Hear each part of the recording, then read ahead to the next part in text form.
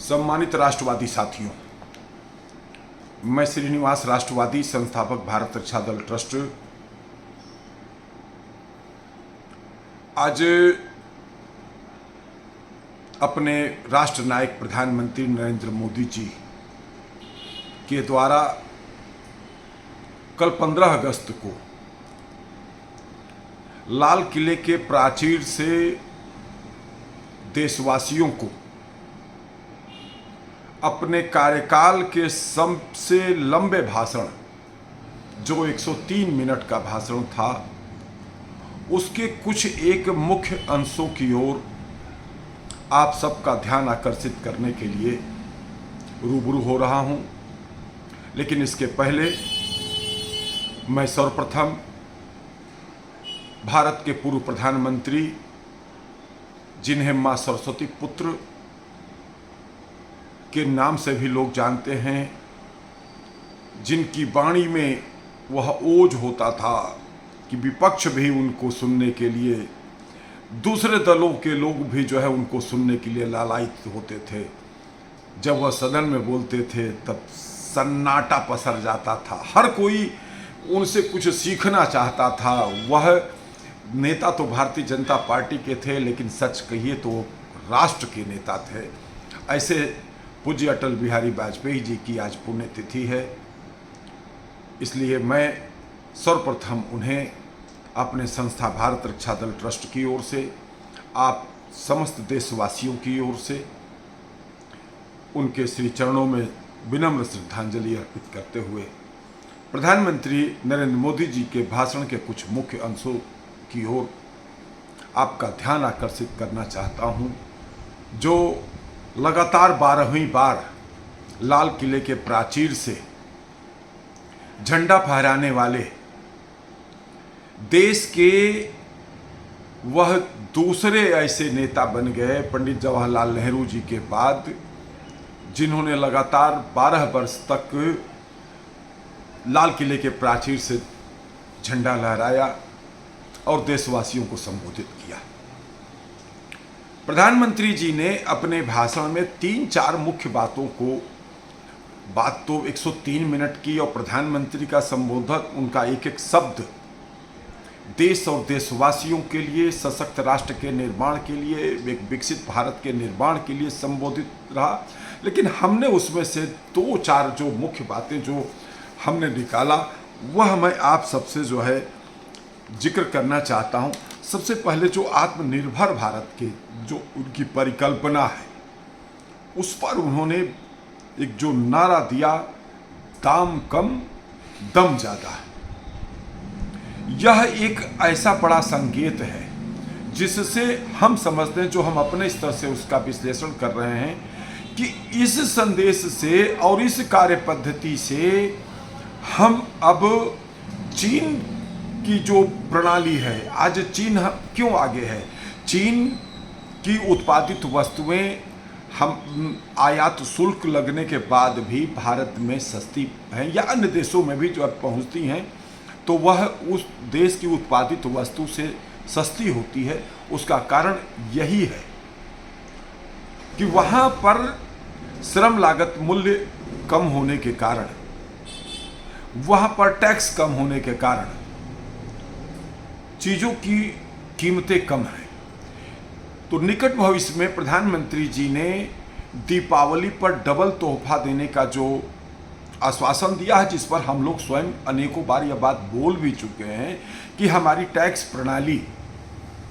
जिसमें जहां से जिस वस्तु का उत्पादन होता है वहां पर उस वस्तु पर टैक्स दिया जाता है, फिर वह वस्तु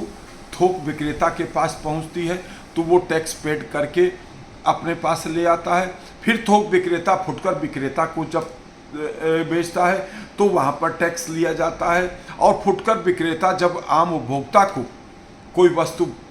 बेचता है तो वो उपभोक्ता जो है वहाँ पर टैक्स पेड करता है। इस तरीके से अनेकों रूपों में हमारी टैक्स प्रणाली में त्रुटियाँ हैं, और इन त्रुटियों को सुधार का प्रधानमंत्री जी ने आश्वासन दिया है। और इस आश्वासन से हम समझते हैं कि हम जो प्रधानमंत्री जी ने कहा है कि दाम कम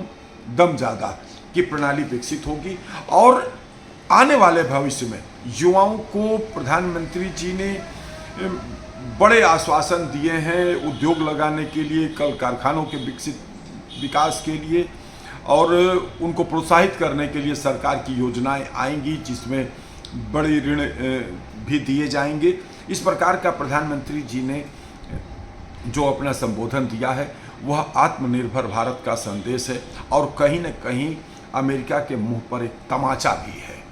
इसी तरीके से प्रधानमंत्री जी ने अपने संबोधन में ऑपरेशन सिंदूर का जो जिक्र किया,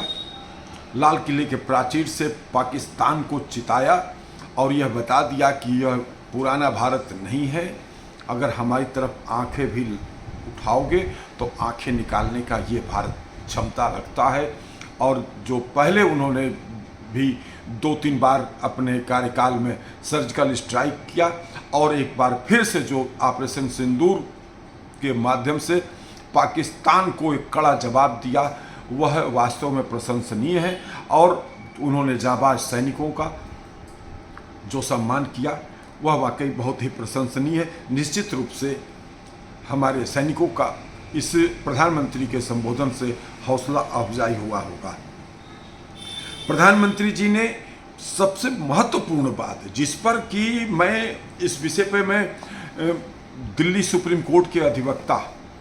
अश्विनी उपाध्याय जी का अगर जिक्र न करूं तो अधूरा रह जाएगा। मैं अश्विनी उपाध्याय जी का विशेष रूप से इस मुद्दे पर जिक्र करना चाहूँगा कि वो लगातार इस पर बोलते रहे हैं और वह बोलते रहे हैं कि देश की डेमोग्राफी बदल रही है, डेमोग्राफी एक सुनियोजित तरीके से बदलने का प्रयास किया जा रहा है। आज प्रधानमंत्री नरेंद्र मोदी जी ने लाल किले के प्राचीर से घुसपैठियों भारत छोड़ो का एक प्रकार से नारा दिया है और उन्होंने इस पर कड़ा एक्शन लेने का जो आश्वासन दिया है। निश्चित रूप से इससे आने वाले समय में आप देख लीजिए आज विपक्ष की छटपटाहट क्या है। ये वही घुसपैठियों का वोट इन लोगों ने फर्जी तरीके से बनवा करके हर प्रदेश में, जैसे बिहार में ही देख लीजिए 60 लाख से ऊपर मतदाताओं के नाम कटने जा रहे हैं या कट गए।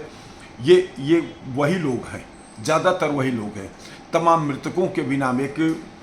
यूट्यूब पर हमने अपने भारत अच्छा दल के उस पर भी जो है एक छोटा सा जो है कटाक्ष आया था कि एक पुरुष जाता है और अब मतदाता सूची में पूछता है कि देखो क्या हमारी धर्मपत्नी वोट डाल के चली गई, तो वह रिटर्निंग ऑफिसर जो है देख करके जो है कहती हाँ आशा देवी, हाँ वो 1 घंटा पहले वोट दे करके चली गई। और वो व्यक्ति रोने लगता है कि हर 5 साल पे आती है, वोट दे के चली जाती है, मुलाकात नहीं करती है। तो वो महिला पूछती है क्या मतलब क्या आप लोग के घर में बातचीत नहीं होती है? तो कहते 15 साल पहले उसकी मृत्यु हो चुकी है। इस प्रकार की मतदाता सूची को अगर चुनाव आयोग सही कर रहा है तो ये जो इन गलत वोटों के बदौलत सत्ता का स्वप्न देखने वाले लोग हैं, इन लोगों को छटपटाहट हो रही है। इसलिए अब घुसपैठियों का वोट ही नहीं कटेगा, इन्हें डंडा मार मार करके देश से बाहर किया जाएगा। यह कहीं न कहीं प्रधानमंत्री जी ने एक संदेश दिया है और जो डेमोग्राफी भारत की बदल रही है और जिसकी बदौलत गजवाए हिंद का जो लोग सपना देख रहे हैं वह सपने अब उनके साकार नहीं होंगे, क्योंकि प्रधानमंत्री जी ने लाल किले के प्राचीर से एक कड़ा संदेश दिया है। 2047 तक विकसित भारत का एक ब्लूप्रिंट दिया है। इन तमाम बातों का जिक्र करते हुए प्रधानमंत्री जी ने सशक्त राष्ट्र के निर्माण का आह्वान किया है। इस प्रधानमंत्री जी के आह्वान के साथ हम अनुरोध करेंगे अपने देशवासियों से, अपने आप, अपने साथियों से कि सशक्त भारत के निर्माण में हम आप जिस भी रूप में अपनी भूमिका निभा सकते हैं, जीवन का शेष जीवन राष्ट्र को समर्पित करते हुए प्रधानमंत्री नरेंद्र मोदी जी के सपनों का भारत बनाने में आइए हम सब उनके साथ चलें। जय हिंद, जय भारत।